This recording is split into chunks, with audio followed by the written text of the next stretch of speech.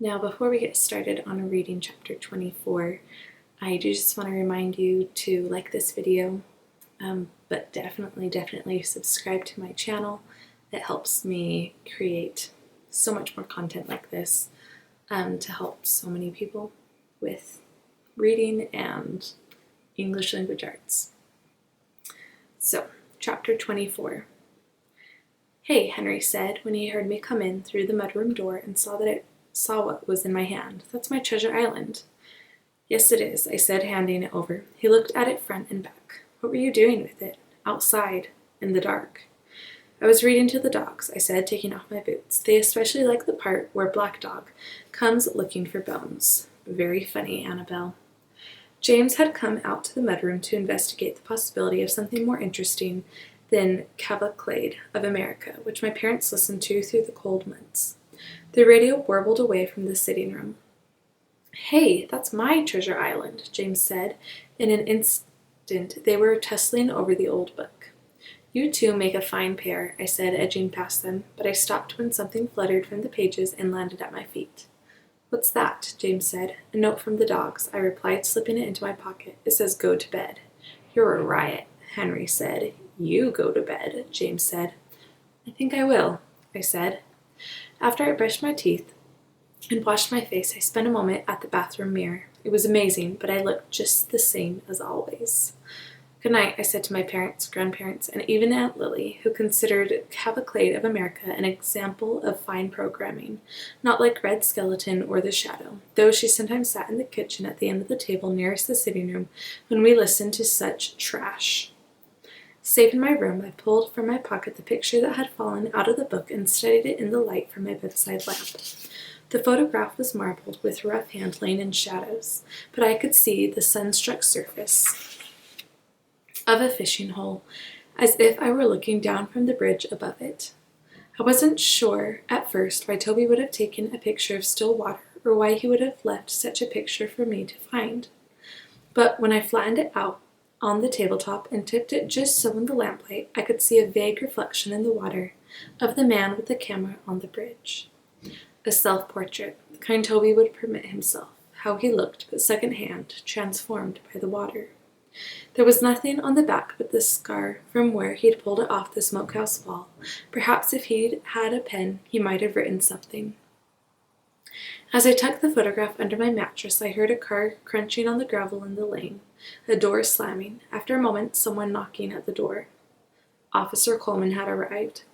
The house trembled with the migration to the mudroom door, the entrance of the big trooper, the excitement of my brothers, who must have forgotten in the fray that Toby had never done them any harm. I hoped they would remember soon. My bedroom window did not face toward the barn, so I was spared the temptation to watch as the trooper followed the beam of his spotlight in that direction, my father surely with him. It took me a long time to fall asleep, but they had not yet returned before I did. I slept so long and hard that when my mother woke me the next morning, I was a stranger to myself. Whatever I had dreamed had taken me out of my life, and I spent a long moment coming back. "You sure were tired," my mother said as my eyes cleared. I guess I was. I yawned loudly and stretched my arms over my head. "Do I have to go to school today?" She picked up a stray sock from the floor and tossed it in my hamper. "I would think you'd be happy to get back to school." "I will, when all this is over." "It is over, Annabelle, for you. You won't want to be part of what comes next." I didn't like the sound of that. My mother sat down on the edge of my bed. "What's going on?" I said. "Officer Coleman checked the barn. He didn't find anything." "Of course not. Toby's long gone." I had not told her about his return, and I wasn't sure I ever would. With his picture under where I lay, I felt a little like the princess and the pea. "Yes, but then Officer Coleman went down to the smokehouse to have another look around, and he did find something there." I remembered that Toby had gone back to get his photographs. He left one of his guns behind, and it definitely wasn't there when Officer Coleman looked the first time, after Betty went missing. I sat up. "But here's the really odd part, Annabelle. The gun he left behind is a working gun, still loaded, the only good one Toby had. He took the other two broken ones, but he left the one that worked, which makes no sense at all." I wondered if he was afraid that he'd use it if they caught up with him, or maybe he was just laying down part of his load. I didn't believe in either answer, but I didn't have a third. My mother was watching me curiously. I rubbed the sleep from my eyes.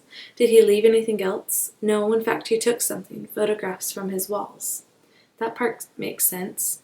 She worried the edge of my blanket. So now they know that he was in our barn at some point because they left his camera and his hat there, which, by the way, is another problem since the hat wasn't in the barn anymore when they searched it last night.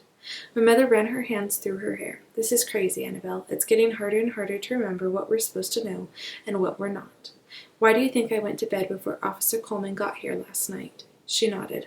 I feel sorry for your father. He had to go out to the barn and act surprised that the hat wasn't where he'd left it. So now Officer Coleman is convinced that Toby's still right close by, and disturbed and dangerous.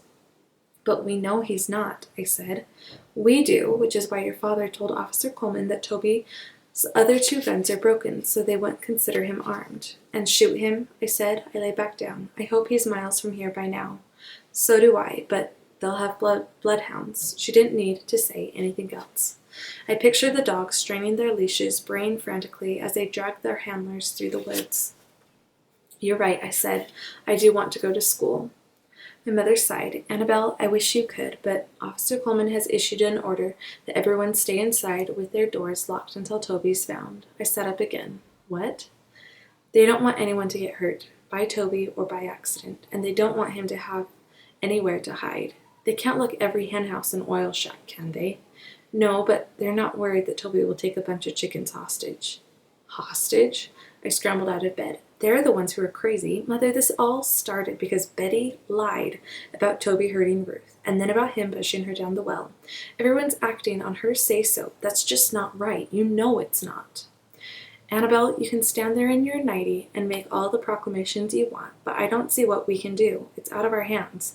Betty's not going to change her story. Why would she? Everyone thinks she's the victim, and I really can't blame them. She looks like one, and Toby looks like a villain, whether he is or not. So we just have to sit here in the house with the doors locked and wait for them to catch him? I'm afraid so. Women and children inside, men in the hunt. I didn't know if I could take one more lousy surprise. Men in the hunt? You mean Daddy has to go hunt for Toby? My mother nodded. He doesn't really have to, but he's the one who insisted that Toby's not armed.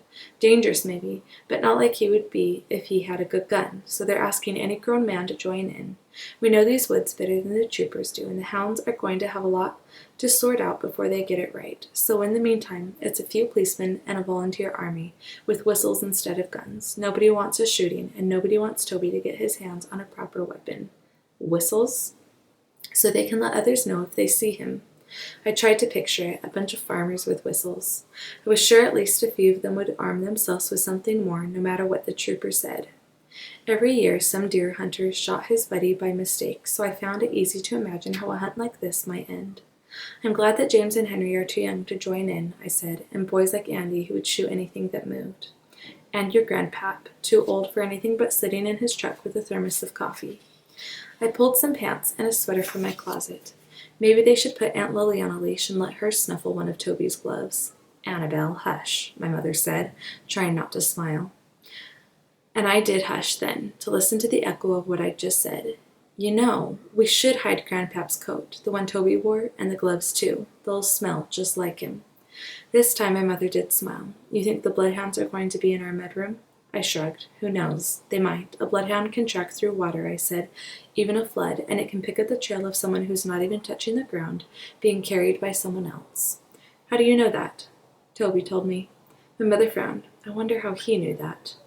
I have no idea, but he was in our kitchen just yesterday, so there's a trail from his smokehouse to the barn to the house and back, and then off into the woods. My mother stood up. Good grief, she said. This gets better and better.